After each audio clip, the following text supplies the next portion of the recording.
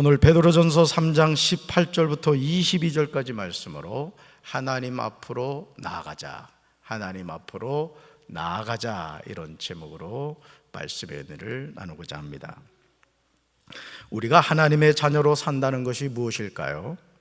지금 여러분은 하나님의 자녀라는 사실에 감동하십니까?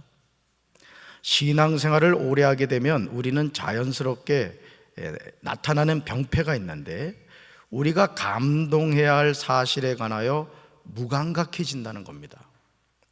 영국 프리미어리그 축구 경기를 볼 때마다 저는 마음이 씁쓸해지곤 합니다. 수만 명의 사람이 가죽으로 만든 축구공에 열광합니다.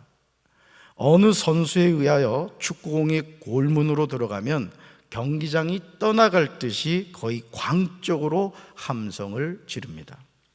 물론 박진감 넘치는 경기를 보면서 흥분하지 않을 사람은 드물 것입니다. 너무도 당연한 반응일 수가 있습니다. 그런데 제가 축구 경기장에서의 광적인 함성이 씁쓸하다고 하는 이유는 다른 것이 아닙니다. 그것은 복음 앞에서 오늘 저와 여러분이 흥분하지 않는다는 사실입니다. 거의 무감각하고 무덤덤합니다. 십자가의 보혈을 얘기해도, 부활하신 예수님에 관해서 얘기해도 전혀 마음에 감동이 되질 않는다는 거죠.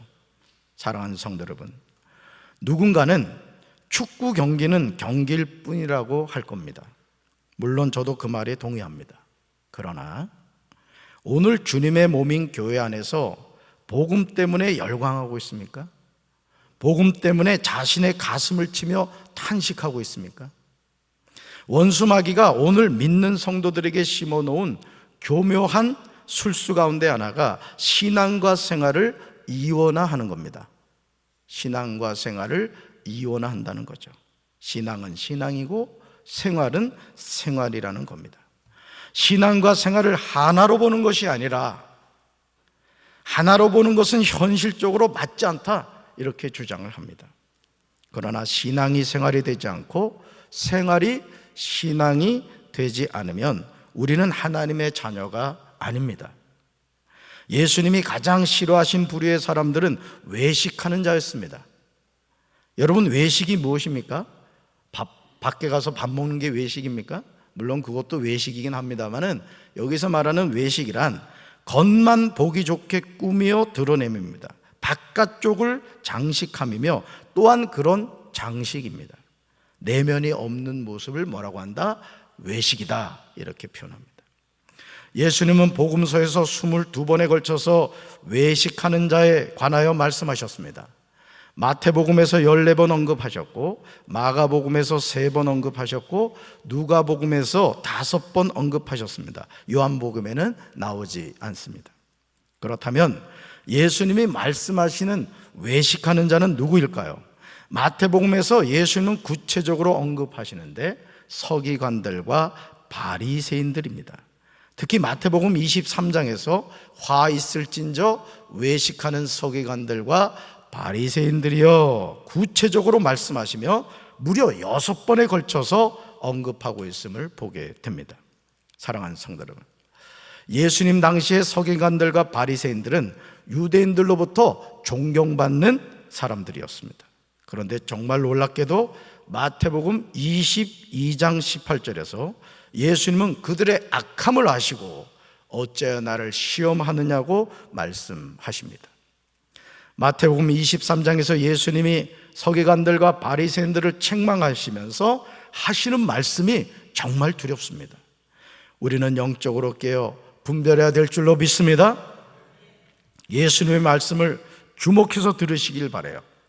너희는 천국문을 사람들 앞에서 닫고 너희도 들어가지 않고 들어가려고 하는 자도 들어가지 못하도록 한다고 책망하십니다. 너희는 교인 한 사람을 얻기 위하여 바다와 육지를 두루 다니다가 생기면 너희보다 배나 더 지옥 자식이 되게 한다고 책망하십니다. 너희가 박하와 회양과 근체의 11조는 들이되 율법에 더 중한 정의와 긍휼과 믿음은 버렸다고 책망하십니다. 장과 대접의 것은 깨끗이 하되 그 안에는 탐욕과 방탕으로 가득하다고 하십니다. 회칠한 무덤과 같으니 겉으로는 아름답게 보이나 그 안에는 죽은 사람의 뼈와 모든 더러운 것이 가득하다고 하십니다. 겉으로는 사람에게 옳게 보이되 안으로는 외식과 불법이 가득하다고 하십니다. 얼마나 두려운 말씀입니까? 선지자들의 무덤을 만들고 의인들의 비석을 꾸민다고 하십니다. 결국 서기관들과 바리새인들이 어떻게 됩니까? 마태복음 24장 51절에 이렇게 말씀하시죠. 같이 읽습니다. 어미 때리고 외식하는 자가 받는 벌에 처하리니 거기서 슬피 울며 이를 갈리라. 아멘. 서기관들과 바리새인들은 당시 유대인들보다 하나님의 말씀을 잘 알았던 사람입니다. 그런데 이런 사람들이 예수님에게 이런 책망을 듣는다면 평범한 사람은 어떻겠습니까? 그러나 저와 여러분이 의로워지는 것은 자기 노력으로 되는 것이 아닙니다. 오직 하나님이 베푸시는 은혜로 우리는 새로워지는 줄로 믿습니다.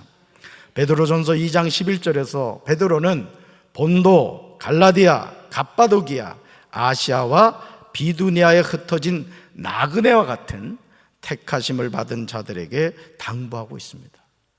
베드로는 이들을 향하여 거류민과 나그네와 같은 너희라고 부르고 있습니다. 그러면서 택하신 족속이요 왕 같은 제사장들이요 거룩한 나라요 그의 소유가 된 백성을 향하여 신신당부를 하는데 같이 읽습니다. 영혼을 거슬러 싸우는 육체의 정욕을 제어하라. 아멘. 하나님의 자녀는 구별된 삶을 살아야 할 줄로 믿습니다. 그러기 위해서는 버릴 것은 버리고 취할 것은 취할 줄 알아야 됩니다. 이런 사람이 건강한 것도 마찬가지거든요. 건강한 사람은 버릴 것을 제때 버립니다. 또 취할 영양분은 제때 취하는 거예요. 우리가 신앙생활도 마찬가지입니다. 그렇다면 무엇을 버려야 됩니까? 모든 악독, 모든 기만, 외식, 시기, 모든 비방하는 말은 버려야 됩니다. 무엇을 취해야 합니까? 순전하고 신령한 저지입니다. 우리는 이런 삶을 통하여 구원에 이르도록 자라게 되는 겁니다. 이를 위하여 예수님이 하신 일은 친히 나무에 달려 그 몸으로 우리 죄를 담당하신 겁니다. 이는 우리로 죄에 대하여 죽고 의에 대하여 살게 하려 하심입니다. 예수 그리스도가 채찍에 맞음으로 저와 여러분은 나음을 얻은 줄로 믿습니다. 아멘. 그렇습니다. 하나님은 우리에게 자유를 주셨습니다. 그러므로 자유인으로 사시기를 주님의 이름으로 축원합니다. 그러나 자유를 잘못 사용하여 악을 행하는 구실로 삼지는 말아야 됩니다. 하나님이 우리에게 주신 자유는 소중한 것이지만 그 자유에 대한 책임과 의미가 있다는 것이죠. 하나님을 섬기는 자로 생활하시길 바랍니다. 모든 사람을 존중하고 하나님 안에서 형제 자매를 사랑하며 하나님을 두려워하고 왕을 존경해야 됩니다. 따라합시다. 자유는 책임이 있습니다. 아멘. 구원을 받은 하나님의 자녀는 우리 속에 있는 소망에 관한 이유를 묻는 이들에게 대답할 것을 항상 준비하고 있어야 됩니다. 베드로전서 3장 18절에서 사도 베드로는 우리에게 아주 중요한 영적 사실에 대하여 전해주고 있습니다. 말씀 같이 읽습니다. 그리스도께서도 죄를 사하시려고 단 한 번 죽으셨습니다. 곧 의인이 불의한 사람을 위하여 죽으신 것입니다. 그것은 그가 육으로는 죽임을 당하시고 영으로는 살리심을 받으셔서 여러분을 하나님 앞으로 인도하시려는 것입니다. 아멘. 이 세상에서 사람이 해결할 수 없는 문제가 많습니다. 그런데 다른 것은 다 해결한다고 해도 자신의 죄는 절대 해결하지 못합니다. 어떻게 보면 인생의 가장 큰 문제가 죄를 해결하는 겁니다. 수많은 사람이 자신의 죄를 해결하려고 몸부림쳤지만 해결하지 못했습니다. 그리고 자신의 죄를 짊어지고 하나님의 심판을 받았습니다. 그런데 베드로는 그리스도는 죄를 사하시려고 단 한 번 죽으셨다고 증언합니다. 예수님의 죽음은 의인이 불의한 사람을 위하여 죽으신 것입니다. 이 세상에서 죄인이 아닌 사람이 없는데 오직 예수 그리스도만이 죄가 없으십니다. 그래서 그 예수님은 우리의 죄를 짊어지시고 십자가에서 죽으신 것입니다. 예수님은 육으로는 죽음을 당하시고 영으로는 살리심을 받으셔서 저와 여러분을 하나님 앞으로 인도하시려는 것입니다. 예수님은 이 사실에 관하여 요한복음 14장 6절에서 이렇게 말씀하시죠. 같이 읽습니다. 내가 곧 길이요 진리요 생명이니 나로 말미암지 않고는 아버지께로 올 자가 없느니라. 아멘. 따라합시다. 예수님은 천국 가이드이십니다. 예수님은 천국 뭐다고요? 가이드가 되시는 거예요. 예수님만이 천국 가이드가 되시는 거예요. 죄 많은 이 세상에서 아버지가 계신 하늘나라 천국으로 우리를 인도하시는 천국 가이드가 되시는 줄로 믿습니다. 예수님만이 길이십니다. 예수님만이 진리이시고 예수님만이 생명이신 줄로 믿습니다. 예수님으로 말미암지 않고는 아버지 하나님께로 갈 자가 없습니다. 오직 예수님을 통해서 우리는 죄사함을 받고 하나님의 자녀가 되는 권세를 얻은 줄로 믿습니다. 베드로전서 3장 19절은 해석상 난해한 구절 중 하나입니다. 여기서 영은 예수 그리스도입니다. 따라합시다. 예수 그리스도. 예수 그리스도. 왜냐하면 베드로전서 3장 18절에서 이렇게 기록하고 있습니다. 같이 읽습니다. 그리스도께서도 육체로는 죽임을 당하시고 영으로는 살리심을 받으셨으니. 아멘. 그러므로 19절에서 그가 또한 영으로 가서 옥에 있는 영들에게 선포하시니라는 20절과 연관해서 살펴보면 그리스도가 성육신 전에 성령으로 노아를 통해 당시 패역한 사람들을 살리기 위해 전도했다는 것입니다. 우리는 예수님의 잉태와 출생이 마태복음에서부터 시작되는 줄 알지만은 이미 예수님은 창세기 1장에 하늘과 땅의 모든 것을 창조하실 때 성부 하나님과 함께 창조하신 줄로 믿습니다. 그래서 우리는 성부 하나님을 믿고 성자 예수님을 믿고 성령 하나님을 믿는 거예요. 할렐루야. 여기서 옥은 세상을 의미합니다. 그리스도는 신약에 처음으로 등장하는 분이 아닙니다. 이미 구약에서 성부 하나님, 성자 예수님, 성령 하나님은 서로 동역하셨습니다. 결국 20절에서 그들은, 즉 그 영들은 옛적의 노아가 방주를 지을 동안에 곧 하나님께서 아직 참고 기다리실 때 순종하지 않던 자들을 말하는 것입니다. 그 방주에 들어가 물에서 구원받은 사람은 겨우 8사람밖에 없었습니다. 하나님의 아들이신 예수님이 영으로 세상 사람들에게 하나님의 임박한 종말을 전했음에도 불구하고 노아의 8사람 외에는 구원을 받지 못했습니다. 여러분, 저같이 평범한 목사가 복음을 전하는 것하고 말씀이 육신이 되어 이 땅에 오신 예수님, 성자 하나님이신 그분이 복음을 전했다고 생각해 봐요. 여러분, 죄인이 회개하고 돌이켜야 돼요? 돌이켜야 돼요? 당연히 돌이켜야 되죠.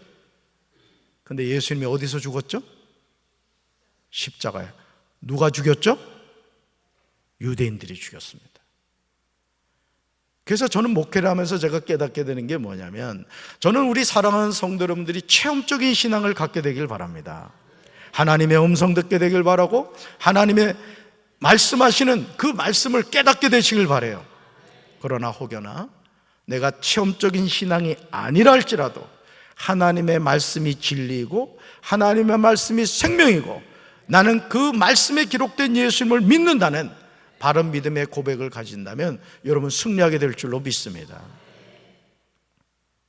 하나님이신 그분이 왔음에도 불구하고 멸망당할 가룟 유다는 예수님을 팔고 목매어 죽더라는 것이죠. 하나님의 아들이신 예수님이 영으로 세상 사람들에게 하나님의 임박한 종말을 전했음에도 불구하고 그 복음을 받아들이지 않는 사람들이 있다는 거예요. 오늘도 예수 생명의 복음이 전파되어도 구원을 받는 사람은 그렇게 많지 않습니다. 오늘도 그 2부 때 이소연 성도님이 교회에 이제 등록을 하셨습니다마는 우리 김혜옥 집사님 제 오늘 사진을 이렇게 보내드렸더니 그 이소연 성도님이 차를 타고 가면서 하시는 말씀에 우리 집사님이 너무 은혜를 받았다는 거예요. 그 내용이 뭐냐? 나도 전도를 해야 되겠다는 얘기를 하시더래요. 아니, 오늘 교회에 등록하신 분이 나도 전도를 해야 되겠다고 얘기를 하시더라는 거야. 회개할지어다. 은혜를 받은 거죠. 오늘도 여러분, 우리가 해야 될 일이 뭡니까? 복음을 전하는 삶을 살아야 될 줄로 믿습니다. 노아의 홍수는 하나님의 심판입니다. 이 심판을 피할 길은 노아의 방주였습니다. 그러나 사람들은 하나님이 노아를 통해 마련한 구원의 방주로 들어가지 않았습니다. 오직 노아의 가족만이 구원을 받았습니다. 지금도 마찬가지입니다. 베드로전서 3장 21절에서 베드로는 노아의 홍수를 예수 그리스도의 세례로 비유하고 있습니다. 노아의 홍수에서 그 물은 지금 저와 여러분을 구원하는 세례를 미리 보여주는 거예요. 그래서 예를 들어 홍해가 갈라지고 이스라엘 백성들이 그 홍해를 이렇게 마른 땅을 밟고 건넜잖아요.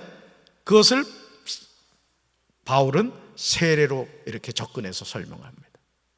그러듯이 지금 베드로도 그런 관점에서 보고 있어요. 세례는 육체의 더러움을 씻어내는 것이 아니라 예수 그리스도의 부활을 힘입어서 선한 양심이 하나님께 응답하는 겁니다.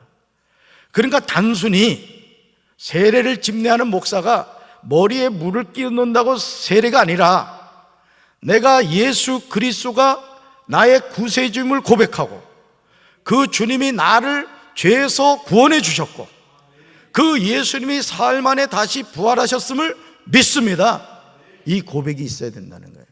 할렐루야.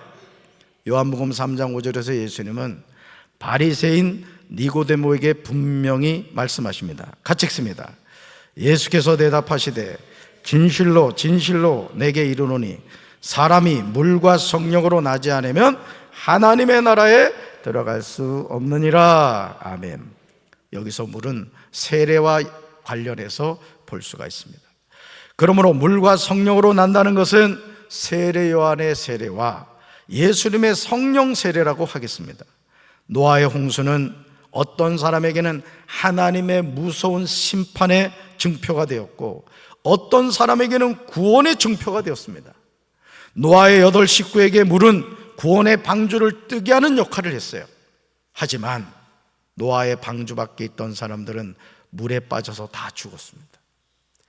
여러분, 동일한 물이지만 어떤 사람에게 그 물은 방주를 뜨게 함으로 물로부터 생명을 지키게 하는 역할을 했는데 어떤 사람은 그 물에, 똑같은 물에 빠져서 죽더라는 것이죠.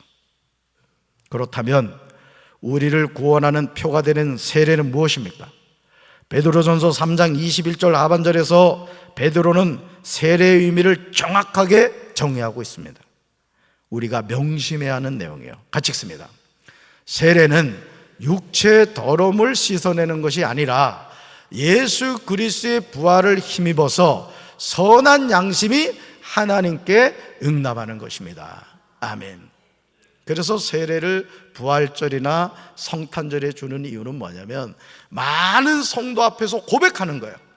나는 이제 그리스도인이 되었습니다. 나는 예수 그리스도를 통해서 죄사함 받았고 나는 예수 그리스도의 십자가의 신앙과 부활 신앙을 믿습니다. 이걸 고백하는 시간이라고요. 할렐루야. 사랑하는 성도 여러분, 저와 여러분이 세례를 받는다는 것은 무엇을 의미합니까? 세례의 물은 예수 그리스도께서 부활하심으로 말미암아 이제 우리를 구원하는 표가 되는 거예요. 그러므로 많은 성도 앞에서 우리는 물로 세례를 받습니다. 세례는 자신의 몸을 깨끗하게 씻는 것이 아닙니다. 우리가 선한 양심으로 하나님께 내 삶을 드리며 정결하게 살기를 약속하는 거예요. 바로 이것을 위해서 예수 그리스도께서 죽음에서 부활하셨습니다. 얼마나 놀라운 은혜입니까? 그래서 세례는 평생 한 번 받는 거예요.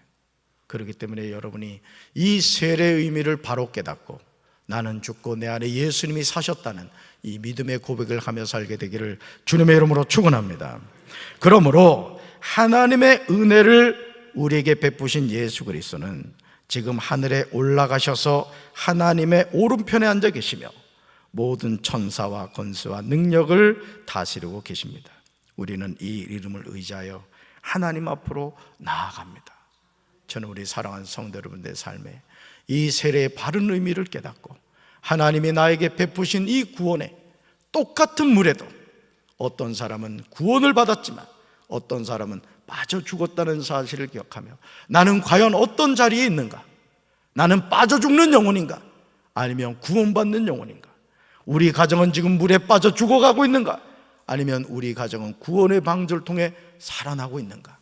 여러분 스스로 자신을 잘 살피셔서 여러분 자신과 가정과 우리 교회가 구원의 은혜를 체험하게 되기를 주님의 이름으로 축원합니다. 가슴에 손을 얹겠습니다.